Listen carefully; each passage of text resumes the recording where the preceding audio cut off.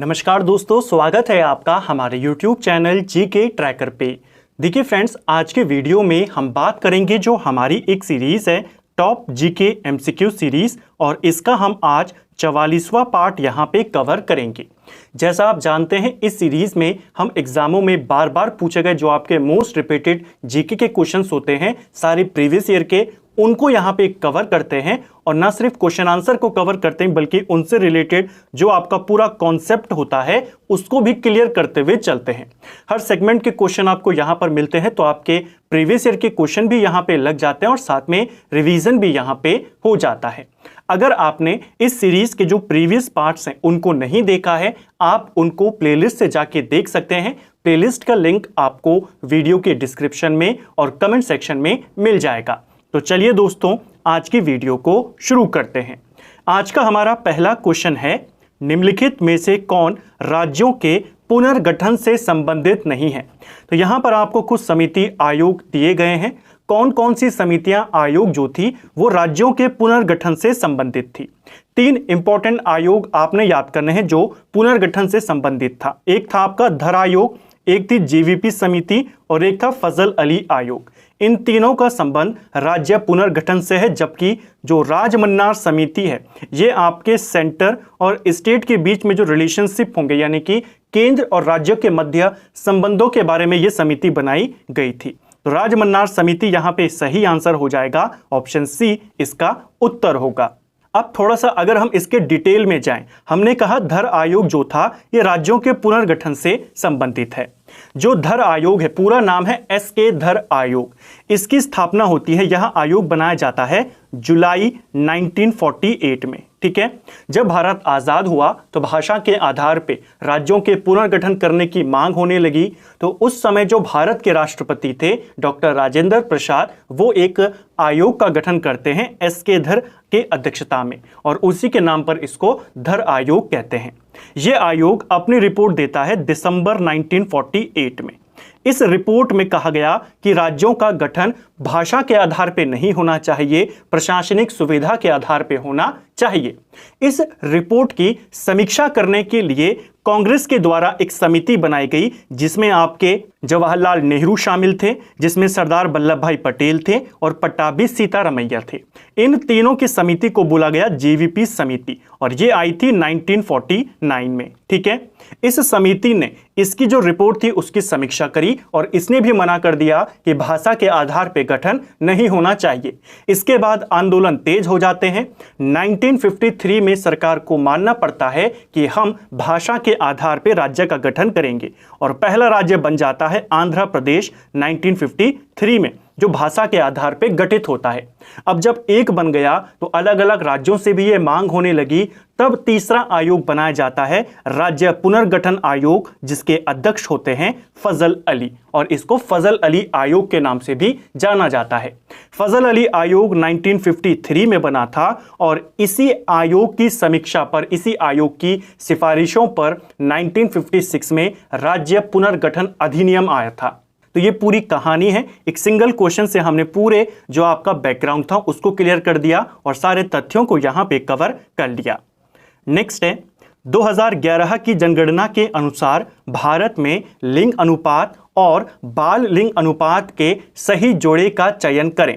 अब आप जानते हैं भारत में लिंग अनुपात कितना था 2011 में, अगर बात करें 943, लेकिन इसके साथ साथ आपको बाल लिंग अनुपात भी बताना है। बाल लिंग अनुपात था 919, तो ऑप्शन ए आपका सही आंसर होगा, क्योंकि पहले लिंग अनुपात पूछा है तो पहले आप लिंग अनुपात को रखेंगे, उसके बाद बाल लिंग अनुपात को रखेंगे। जल्दबाजी में इसको टिक आपने नहीं करना है। ठीक है, भारत में सबसे ज्यादा लिंग अनुपात किस राज्य में है? केरल के अंदर है। ठीक है, 1084। उसके बाद कहां है? राज्य पूछेगा तमिलनाडु। दूसरे नंबर पर ओवरऑल अगर हम बात करें राज्य और यूनियन टेरिटरी में, तो पौंडुचेरी आता है 1037 को लेकर। ठीक है, नेक्स्ट है, भारतीय रिजर्व बैंक में छोटे किसानों के रूप में किसे परिभाषित किया है?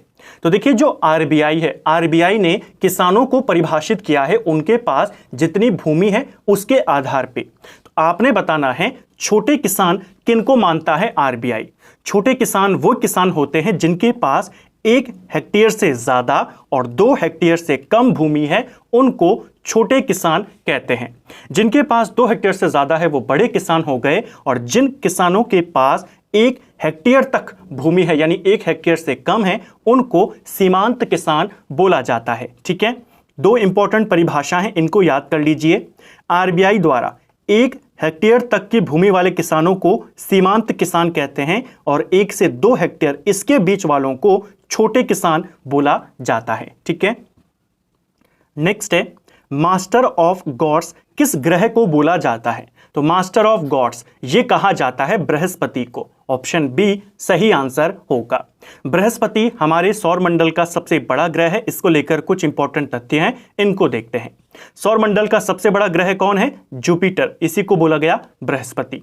यह अपने एक्सिस पर सबसे तेज गति से घूर्णन करने वाला ग्रह है। देखिए, पृथ्वी को अपने एक्सिस पर एक चक्कर लगाने में लगते हैं लगभग 24 घंटे। यह काम जो बृहस्पति है मात्र 10 घंटे में कर जाता है, 9 घंटे 55 मिनट में कर जाता है। इसका जो पलायन वेग है 59.2 किलोमीटर प्रति सेकेंड, ये भी सभी ग्रहों में सबसे ज्यादा है। तो इसकी घूर्णन गति भी सबसे ज्यादा है, पलायन वेग भी इसका सबसे ज्यादा है, साइज भी इसका सबसे ज्यादा है। बृहस्पति के अगर हम कुल उपग्रहों की बात करें, उपग्रह यानी कि जो ग्रहों के चक्कर लगाते हैं, जैसे पृथ्वी का उपग्रह कौन है? चंद्रमा। पृथ्वी के कितने उपग्रह हैं? केवल एक है। कौन है? आपका चंद्रमा।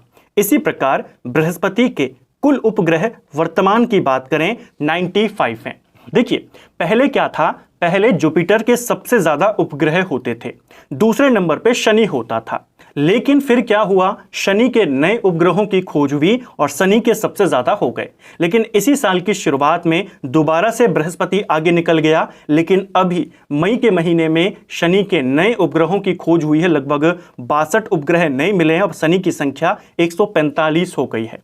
तो लेटेस्ट डेटा के अनुसार वर्तमान में सबसे ज्यादा उपग्रह वाला ग्रह कौन है? शनि है। दूसरे नंबर पे आपका बृहस्पति है। ठीक है, बृहस्पति का सबसे बड़ा उपग्रह कौन है? उसका नाम है गैनीमीड। इसका नाम भी पूछा जाता है। ठीक है, सबसे बड़ा उपग्रह जैसा हमने कहा गैनीमीड। स्वयं की रेडियो ऊर्जा होने के कारण एकमात्र ऐसा ग्रह कौन सा है जो तारों और ग्रह दोनों के गुण से युक्त है? तो वो है आपका बृहस्पति। ठीक है, भारत में सर्वाधिक भूभाग में किस प्रकार की मिट्टी पाई जाती है? तो भारत में सर्वाधिक भूभाग में कौन सी मिट्टी पाई जाती है? जलोढ़ मिट्टी पाई जाती है। ऑप्शन बी सही आंसर होगा। जलोढ़ मिट्टी को कछारी मिट्टी भी कहते हैं, तो इसको भी ध्यान रखना। पेपर में जब आया था तो आपको विकल्प में जलोढ़ नहीं दिया गया था, कछारी पूछा गया था। जलोढ़ मिट्टी को ही कछारी कहते हैं। यह मिट्टी लगभग भारत के 33.5% क्षेत्र में फैली हुई है। कुछ इंपॉर्टेंट तथ्य हैं, उनको देखेंगे। नदियों द्वारा लाई गई मिट्टी को जलोढ़ मिट्टी कहते हैं और भारत में सबसे ज्यादा यही मिट्टी है, लगभग 33.5% भाग पर। जलोढ़ मिट्टी को 2 उपवर्गों में बांटा गया है। एक है आपकी नवीन जलोढ़ और एक है आपकी प्राचीन जलोढ़, यानी नई जलोढ़ मिट्टी और पुरानी जलोढ़ मिट्टी। नई जलोढ़ मिट्टी को खादर कहते हैं और पुरानी जलोढ़ मिट्टी को बांगर कहते हैं। ये क्वेश्चन भी कई बार आया है कि खादर और बांगर क्या हैं? तो जलोढ़ मिट्टी के प्रकार हैं। नई जलोढ़ मिट्टी को कहा जाता है खादर और पुरानी जलोढ़ मिट्टी को बांगर कहते हैं। इनमें से कौन सा प्लेट एशिया और प्रशांत महासागरीय प्लेट के बीच में स्थित है? तो देखिए, कुछ इंपॉर्टेंट प्लेट्स हैं। कौन सी प्लेट किस किस के बीच में है, ये क्वेश्चन बन जाता है ज्योग्राफी से। तो यहां पर हम कुछ इंपॉर्टेंट प्लेट्स को भी देखेंगे। पहले बात करते हैं जो आपकी एशिया और प्रशांत महासागरीय प्लेट हैं, इनके बीच में कौन सा है? इन दोनों के बीच में है आपकी फिलीपीन प्लेट। ऑप्शन सी सही आंसर हो जाएगा। अब देखते हैं यहां पर कुछ इंपॉर्टेंट छोटी छोटी प्लेट्स हैं जिनके नाम हैं और जो पूछे जाते हैं, जैसे कोकोस प्लेट। कोकोस प्लेट आपके मध्यवर्ती अमेरिका और प्रशांत महासागरीय प्लेट के बीच में है। जैसे क्वेश्चन था ना, एशिया और प्रशांत महासागर के बीच में बताइए, तब आपने बताया फिलीपीन। इसी प्रकार अमेरिका और प्रशांत महासागर पूछेगा तो कोकोस का नाम आप लेंगे। नज़का प्लेट की बात करें, यह दक्षिण अमेरिका और प्रशांत महासागर, ये सिर्फ अमेरिका, ये आपका दक्षिण अमेरिका के बीच में है। कौन सी प्लेट है? नज़का प्लेट। और यह आपको विकल्प में भी दी गई थी, तो हो सकता है अगली बार इसके बारे में पूछ ले। ठीक है, अगली प्लेट है अरेबियन प्लेट। अरेबियन प्लेट अधिकतर अरब प्रायद्वीप का भूभाग शामिल है इसमें। ठीक है, फिलीपीन की बात करें तो इसको हमने देखा एशिया महाद्वीप और प्रशांत सागरीय प्लेट के बीच में है। कैरोलिन प्लेट की बात करें तो यह प्लेट आपके न्यू गिनी के उत्तर में फिलीपियन और इंडियन प्लेट के बीच में स्थित है।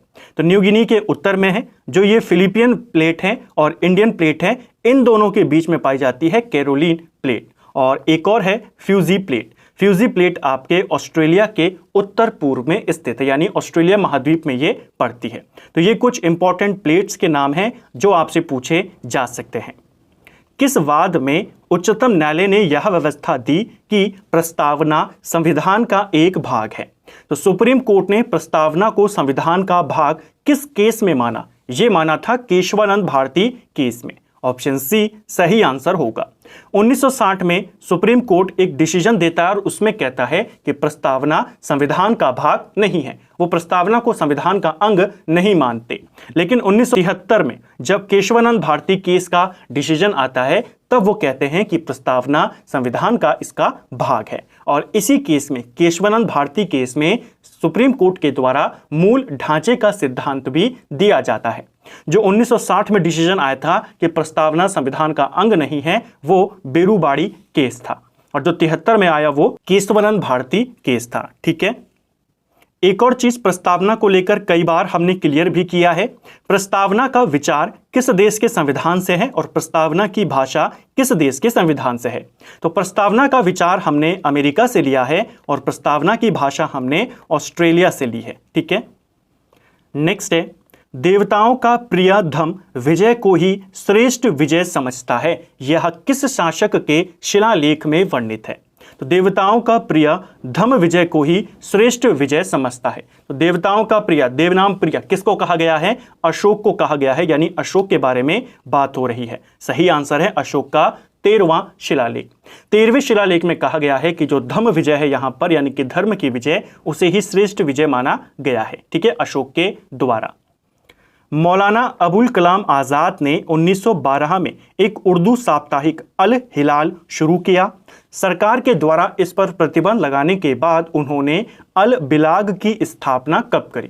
अब देखिए, अभी आपसे क्वेश्चन पेपर में आया था कि अल हिलाल का प्रकाशन किसने किया? मौलाना आज़ाद ने किया। अब इनकी एक और पत्रिका है, क्योंकि इसको अंग्रेज़ों ने 1914 में बैन कर दिया था। तो 14 में बैन करने के बाद इन्होंने एक नई पत्रिका अल बिलाग को निकाला 1915 में। ऑप्शन सी सही आंसर हो जाएगा। ठीक है, नेक्स्ट है हमारा the causes of the Indian revolt किसकी पुस्तक है? तो ये भी इंपॉर्टेंट पुस्तक है, सैयद अहमद खान की है। Option D. सुल्तान पृथ्वी पर ईश्वर का प्रतिनिधि है और उसका स्थान केवल पैगंबर के पश्चात है, यह किस सल्तनतकालीन शासक ने कहा था? तो कौन सा सुल्तान था जो खुद को कहता था कि सुल्तान जो होता है वो ईश्वर का प्रतिनिधि होता है? ये कहता था बलबन। ऑप्शन ए सही आंसर हमारा हो जाएगा। ठीक है, इसने जिल्ले इलाही की उपाधि भी धारण करी थी, इसके सिक्कों पर भी इसने अंकित करवाया था। ये क्वेश्चन भी पेपर में आया था, यानी अपने आप को ईश्वर की परछाई इसने कहा था। ठीक है, रणजीत सिंह की राजनीतिक राजधानी लाहौर थी, किस नगर को उनकी धार्मिक राजधानी कहा जाता है? तो देखिए, जो रणजीत सिंह थे, सिख साम्राज्य की स्थापना करते हैं, इनकी जो राजनीतिक राजधानी थी वो लाहौर थी। जब ये शासन शुरू करते हैं लाहौर से ही शुरू करते हैं, शासक बनते हैं 1799 में। इनकी जो धार्मिक राजधानी थी वो अमृतसर थी। ऑप्शन ए सही आंसर हो जाएगा। ठीक है, कुछ इंपॉर्टेंट बातें रणजीत सिंह को लेकर उनको देखते हैं। महाराजा रणजीत सिंह का जन्म 2 नवंबर 1780 में गुजरावाला में इनका जन्म होता है। रणजीत सिंह को राजा की उपाधि जमान शाह, जो कि अफगानिस्तान का शासक था, इसने दी थी। इसका नाम भी आपने याद करना है। ठीक है, रणजीत सिंह को राजा की उपाधि कौन देता है? जमान शाह। रणजीत सिंह को प्रसिद्ध कोहिनूर हीरा किसने प्रदान किया? क्योंकि बाद में सिख साम्राज्य से ही हीरे को वसूल किया जाता है और ब्रिटेन में भेज दिया जाता है। तो गया कैसे सिख साम्राज्य के पास? रणजीत सिंह को यह हीरा शाह शुजा के द्वारा दिया गया। शाह शुजा अब्दाली का पौत्र था। इसकी मदद करते हैं महाराजा रणजीत सिंह और बदले में ये इनको कोहिनूर हीरा प्रदान करता है। रणजीत सिंह की राजनीतिक राजधानी लाहौर थी, धार्मिक राजधानी इनकी अमृतसर में थी। रणजीत सिंह का राज्य कितने सूबों में बटा हुआ था? तो रणजीत सिंह ने अपने पूरे राज्य को 4 सूबों में बांटा हुआ था, एक पेशावर, कश्मीर, मुल्तान और लाहौर। ठीक है। रणजीत सिंह की मृत्यु कब हुई? तो इनकी मृत्यु 7 जून 1839 को हो जाती है। एक फ्रांसीसी यात्री है, लेखक है, जिसका नाम है विक्टर जाकमा। यह तुलना करता है रणजीत सिंह की नेपोलियन बोनापार्ट से। क्वेश्चन आता भी है कि रणजीत सिंह की तुलना नेपोलियन बोनापार्ट के साथ किसने करी है? तो फ्रांसीसी विक्टर जाकमा ने करी है। ठीक है। रणजीत सिंह के उत्तराधिकारी कौन थे? तो इनके मृत्यु के बाद गद्दी पर बैठते हैं खड़क सिंह। इनका नाम भी याद करना है, क्योंकि जो महान शासक होते हैं उनके उत्तराधिकारी कौन थे, उनके तुरंत बाद गद्दी पर कौन बैठे, ये बहुत बार आता है। जैसे अशोक के बाद कौन बैठा, हमें शुरुआत से क्रम तो पता है कि पहले चंद्रगुप्त मौर्य बैठे, उसके बाद उनके पुत्र बिंदुसार बैठे, फिर अशोक बैठे। अशोक के बाद कौन आया? अशोक के बाद आया था कुणाल। इसी प्रकार रणजीत सिंह के बाद कौन आया? खड़क सिंह। ठीक है। तो ये कुछ इंपॉर्टेंट क्वेश्चन इनसे रिलेटेड जो आपको याद रखने हैं। नेक्स्ट है, आधुनिक युग में पहली बार ब्राह्मी और खरोष्टी लिपियों को पढ़ने का श्रेय किसको जाता है? अभी तक हम सिर्फ ब्राह्मी लिपि के बारे में जानते थे कि इसको सबसे पहले किसने पढ़ा। इसको सबसे पहले पढ़ा था जेम्स प्रिंसेप ने। इन्होंने अशोक के अभिलेखों को सबसे पहले पढ़ा था और हम जानते हैं, हमने हिस्ट्री में भी देखा, अशोक के जो अभिलेख हैं वो ब्राह्मी और खरोष्टी दोनों लिपियों में हैं, कुछ उसके खरोष्टी में भी मिलते हैं। तो खरोष्टी लिपि को भी सबसे पहले कौन पढ़ेगा? जेम्स प्रिंसेप पढ़ेगा 1837 में। ठीक है। 19वीं शताब्दी में सबसे पहले शुरू किया जाने वाला सुधार आंदोलन निम्नलिखित में से कौन था?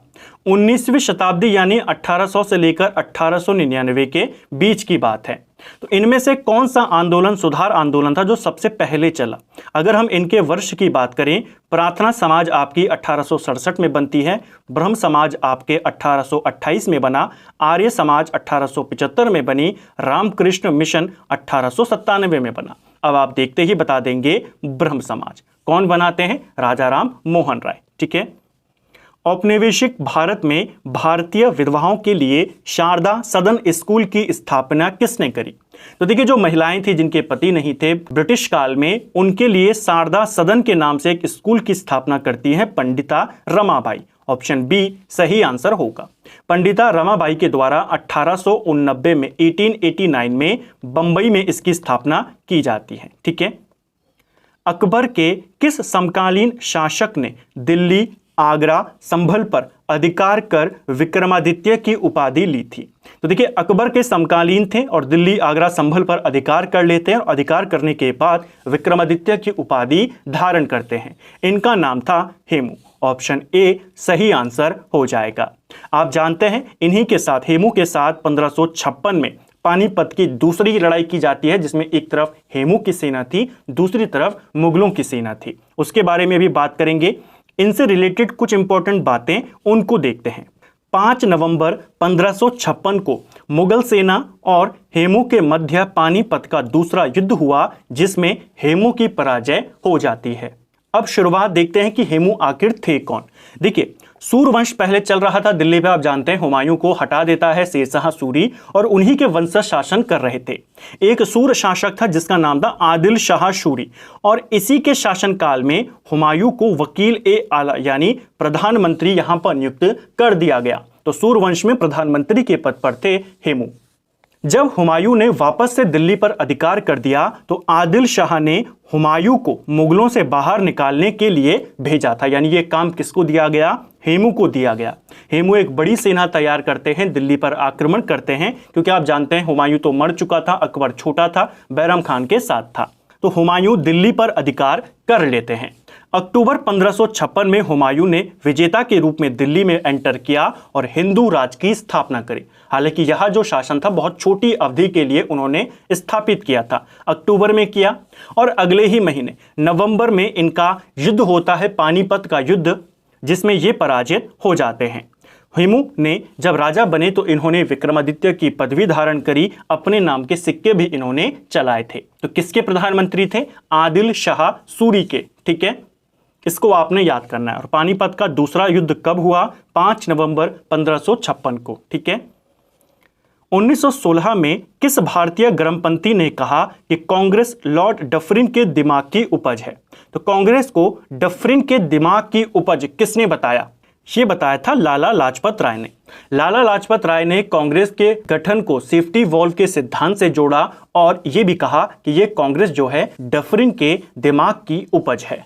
सेफ्टी वॉल्व का सिद्धांत क्या था? सेफ्टी वॉल्व का सिद्धांत ये था कि अगर जैसे ब्रिटिश ने पहले किया था 1857 से पहले, कोई एक ऐसी संस्था नहीं थी जो भारतीयों का नेतृत्व करे, तो जो प्रेशर था, जो वो पूरा दमनकारी नीति अपना रहे थे, वो प्रेशर जमा होता गया और फिर एक साथ 1857 की क्रांति के रूप में निकला। इसके बाद अंग्रेजों ने प्रयास किया कि क्यों ना एक संस्था बनाकर दे दी जाए जिससे सारा गुस्सा पहले वहां जाए और फिर वहां से आके हमारे पास आए, ब्रिटिश शासन के पास जाए। तो एक सेफ्टी वॉल्व का सिद्धांत किया जहां से थोड़ा थोड़ा प्रेशर रिलीज होता रहे, जमा वहां पर ना हो पाए। तो ये सिद्धांत किसने दिया कांग्रेस के संदर्भ में? लाला लाजपत राय ने दिया। ठीक है, कुछ इंपॉर्टेंट कथन है कांग्रेस को लेकर जिनको हम हर बार देखते हैं। कांग्रेस सूक्ष्मदर्शी अल्पसंख्यक जनता का प्रतिनिधित्व करती है। ये किसने कहा? डफरिन ने कहा। डफरिन इंपॉर्टेंट है क्योंकि जब कांग्रेस की स्थापना होती है 1885 में, उस समय भारत का वाइसरॉय कौन था? डफरिन था। कांग्रेस अपने पतन की ओर लड़खड़ाते हुए जा रही है, ये कहा था कर्जन ने। कांग्रेस क्षय रोग से मरने वाली है, ये कहा था अरविंद घोष ने। कांग्रेस के लोग पदों के भूखे राजनीतिज्ञ हैं, ये किसने कहा? यह बंकिम चंद्र चटर्जी ने कहा। कांग्रेस को स्वर्ण हिंदुओं की फांसीवादी कांग्रेस, ये कहा था मोहम्मद अली जिन्ना ने। कांग्रेस आंदोलन लोगों द्वारा प्रेरित नहीं था, ये कहा था सर सैयद अहमद खान ने। यदि हम मेंढक की तरह वर्ष में केवल एक बार टर्राएंगे तो भारतीयों को कोई सफलता नहीं मिलेगी। कांग्रेस अधिवेशन के ऊपर इन्होंने ये तंज किया था कि अगर आप साल में एक बार मिलेंगे तो इससे कुछ भी फर्क नहीं पड़ेगा। तिलक के द्वारा यह कथन कहा गया। तिलक ने कांग्रेस पर प्रार्थना, याचना और विरोध की राजनीति करने का आरोप भी लगाया। क्वेश्चन आता है, कांग्रेस पर याचना और प्रार्थना करने का आरोप किसने लगाया? बाल गंगाधर तिलक ने। कांग्रेस की स्थापना के संदर्भ में सेफ्टी वॉल्व का सिद्धांत किसने दिया? लाला लाजपत राय। ऊपर मैं इसको आपको डिटेल में बता चुका हूं। स्वतंत्रता के बाद कांग्रेस को समाप्त किए जाने का सुझाव महात्मा गांधी ने दिया था। ये क्वेश्चन भी आता है कि ये किसने कहा था कि आज़ादी के बाद कि अब कांग्रेस का जो उद्देश्य था, भारत की आज़ादी, वो पूरा हो चुका है और अब कांग्रेस को खत्म कर देना चाहिए। किसका स्टेटमेंट था? महात्मा गांधी का स्टेटमेंट था। ठीक है, नेक्स्ट है, बंगाल के निम्नलिखित घटनाओं को क्रमवार लगाइए। तो चलिए इनको क्रमवार लगाते हैं। पहले कौन सी घटना कब घटी उनको लिख लेते हैं ताकि आपके सारे कॉन्सेप्ट यहीं पर क्लियर हो जाए। देखिए, सिराजुद्दौला नवाब कब बना था? सिराजुद्दौला नवाब बना था अप्रैल 1756 में। ठीक है, अलीनगर की संधि ये होती है 9 फरवरी 1757 को। ठीक है, ब्लैक होल की घटना ये होती है 20 जून 1756 को और प्लासी का युद्ध होता है 23 जून 1757 को। ये इनके चारों की तिथियां हैं। अब आपने क्रमवार लगाना है। सबसे पहले कौन सी घटना घटित हुई? सबसे पहले हो रही है सिराजुद्दौला का नवाब बनना, यानी पहला। इसके बाद क्या हुआ? इसके बाद हुई है आपकी ब्लैक होल की घटना, यानी तीसरा। और उसके बाद कौन हो रहा है? उसके बाद आपकी अलीनगर की संधि हो रही है, यानी 2, और फिर आपका प्लासी का युद्ध। तो 1, 3, 2, 4 इसका सही क्रम हो जाएगा। ठीक है, पाली ग्रंथों के अनुसार गौतम बुद्ध के काल में गांवों के कितने भेद बताए गए हैं? तो पाली ग्रंथों के अनुसार, जो बौद्ध ग्रंथ हैं, क्योंकि बौद्ध ग्रंथ सारे आपके पाली भाषा में लिखे गए हैं, इनके अनुसार गांवों को 3 भागों में बांटा गया था। कितने भेद बताए गए हैं गांवों के? 3 भेद। पहले वे गांव होते थे जिनमें अलग अलग वर्णों के लोग, अलग अलग जातियों के लोग निवास करते थे। दूसरे वो गांव होते थे जिनको शिल्पी ग्राम कहते थे। तीसरी वो होते थे जो सीमांत ग्राम होते थे, जो जंगल से जुड़े हुए रहते थे, उनको कहा जाता था। ठीक है, तो 3 प्रकार के गांवों के बारे में बताया गया है। उत्तर वैदिक काल में किन दो कबीलों के एक होने से कुरु कबीला बना था? तो देखिए, उत्तर काल में, जो उत्तर वैदिक काल था, छोटे छोटे कबीले होते थे, ठीक है। तो उत्तर वैदिक काल में क्या होने लगा, कबीलों का आपस में विलय होने लगा, जिससे ये कबीले और बड़े बनने लगे, जनपद महाजनपद बनने लगे। तो कौन से दो कबीले ऐसे थे जिनके मिलने से कुरु कबीला यानी कुरु महाजनपद बना? कुरु बना था आपके भरत और पुरु कबीले के मिलने से बना था। ऑप्शन ए सही आंसर होगा। कुछ इंपॉर्टेंट बातें उनको देखते हैं।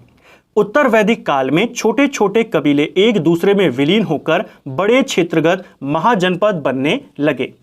पुरु और भरत मिलकर कुरु महाजनपद बना और त्रुवर्ष और क्रिवी कबीला मिलकर पांचाल महाजनपद बना। ये दोनों महाजनपद काफी इंपॉर्टेंट हैं, ठीक है। तो कुरु किससे मिलकर बना है? पुरु और भरत कबीले से मिलकर। बाद में इसी कुरु जो कबीला था, कुरु महाजनपद था, इसी का इतिहास बाद में हम किस रूप में पढ़ते हैं? महाभारत के रूप में पढ़ते हैं। तो इसको भी ध्यान रखना है, ठीक है। उत्तर वैदिक काल के बाद जब महाजनपद बनने लगे थे, तो जो आपका पांचाल महाजनपद है, इसको सर्वाधिक विकसित महाजनपद माना गया है। जो पांचाल था, ये सबसे ज्यादा विकसित था। एक ग्रंथ है शतपथ ब्राह्मण। शतपथ ब्राह्मण में पांचाल को वैदिक सभ्यता का सर्वश्रेष्ठ प्रतिनिधि कहा गया है। इसको भी याद करना, ठीक है। नेक्स्ट है, निम्नलिखित कालक्रम घटनाओं को सही क्रम में लगाएं। तो इन घटनाओं को आपने सही क्रम में लगाना है। चलिए पहले इनके वर्षों को लिख लेते हैं। नमक सत्याग्रह कब हुआ था? 1930 में। मुस्लिम लीग कब बनी? 1906 में। लखनऊ समझौता 1916। बारदोली सत्याग्रह 1928। लाहौर अधिवेशन जो कांग्रेस का हुआ 1929। तो ये मैंने सारे वर्ष यहाँ पर लिख लिए। क्रम अब आप इजीली लगा देंगे। सबसे पहले कौन सी घटना हुई है? 1906 में मुस्लिम लीग की स्थापना यानी कि 2। उसके बाद क्या हुआ है? उसके बाद आपका लखनऊ अधिवेशन हुआ है यानी कि 3। फिर क्या हुआ? आपका बारदोली सत्याग्रह 4। फिर क्या हुआ? आपका लाहौर अधिवेशन यानी कि नंबर 5। और फिर आ जाएगा नंबर 1। तो 2 3 4 5 1, 2 3 4 5 1, ऑप्शन डी सही आंसर हो जाएगा। जंतर मंतर का निर्माण किसने कराया था? तो देखिए, जंतर मंतर की बात करें, खगोलीय वैधशाला है। 5 जंतर मंतर हैं जिनका निर्माण जो जयपुर के शासक थे सवाई जयसिंह, इन्होंने करवाया था। जो राजा थे सवाई जयसिंह द्वितीय, इनका पूरा नाम है, ठीक है, दूसरे क्रम के थे। और इन्होंने 1724 में भारत में 5 वैधशालाएं आपके जयपुर, उज्जैन, मथुरा, वाराणसी और दिल्ली में कराया, जिनको हम जंतर मंतर कहते हैं। किसने कराया है? राजा सवाई जयसिंह द्वितीय ने। पालों के समय बौद्ध धर्म की किस शाखा का विशेष विकास हुआ था?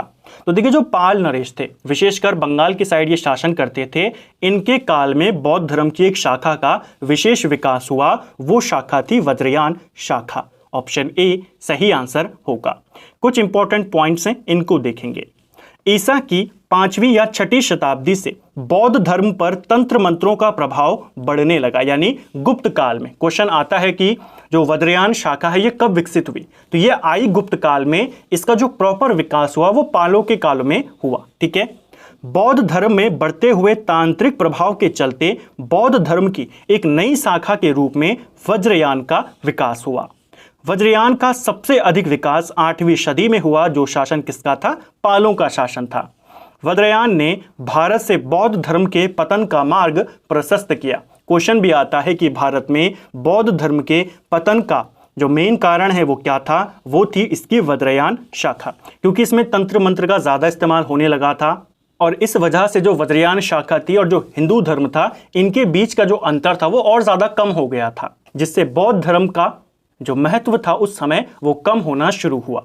तो भारत में बौद्ध धर्म के पतन का मेन कारण क्या माना जाता है? वज्रयान शाखा। कब आई? गुप्त काल में, ठीक है, जो उत्तर गुप्त काल था उसमें। और इसका प्रॉपर विकास कब हुआ? 8वीं सदी में, पालों के शासन काल में। जैन साहित्यों को क्या कहा जाता है? तो जैन साहित्यों को आगम कहते हैं। ये क्वेश्चन भी कई बार एग्जामों में आया है। जैन साहित्य क्या कहलाते हैं? आगम कहलाते हैं। अमीर खुसरो का वास्तविक नाम क्या था?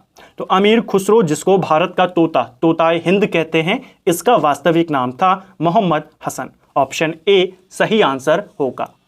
इसका नाम भी आपने याद रखना है। पेपर में ऐसे ही आपके ऑप्शन दे देता है कि मोहम्मद हसन, मोहम्मद खुसरो, मोहम्मद खान या मोहम्मद हुसैन। मोहम्मद हसन आपने नाम याद रखना है। तो फ्रेंड्स, ये था हमारी सीरीज है टॉप जीके एमसीक्यू सीरीज, जिसका हमने आज 44वां पार्ट यहां पर कवर किया। उम्मीद करता हूं आपको आज का वीडियो पसंद आया होगा। आज की वीडियो में भी हमने कोशिश करी प्रत्येक क्वेश्चन के साथ आपको डिटेल में सारे कॉन्सेप्ट बताने की, ताकि आपको चीज़ों को रटना ना पड़े। जीके आपका ऐसे हो जाए कि आपको सारे कॉन्सेप्ट, सारी हिस्ट्री, सारी ज्योग्राफी, एक क्वेश्चन से रिलेटेड जितने फैक्ट है वो सब आपको पता हो। वही प्रयास हम इस सीरीज में करते हैं, डिटेल में एमसीक्यू को यहाँ पर लगाने की। उम्मीद करता हूँ आपको आज का वीडियो पसंद आया होगा। अगर आपको ये वीडियो पसंद आया है तो वीडियो को लाइक करें। अगर आप चैनल पर पहली बार आए हैं, चैनल को सब्सक्राइब करें, दोस्तों के साथ शेयर करें। वीडियो आपको कैसा लगा कमेंट बॉक्स में हमें ज़रूर बताएं। Thank you friends.